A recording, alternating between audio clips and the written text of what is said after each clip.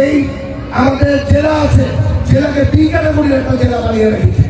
এই কথাটা কেউ কখনো বলে নাই। আমি বলেছি অবশ্যই যাতে নারায়ণগঞ্জ জেলা 8% যেখানে আমরা জিডিপি কন্ট্রিবিউশন রাখি, এইখানটাকে আমাদের এই ক্যাটাগরি বানাইতে হবে। ইনশাল্লাহ এটা কাজ শুরু হয়ে গেছে।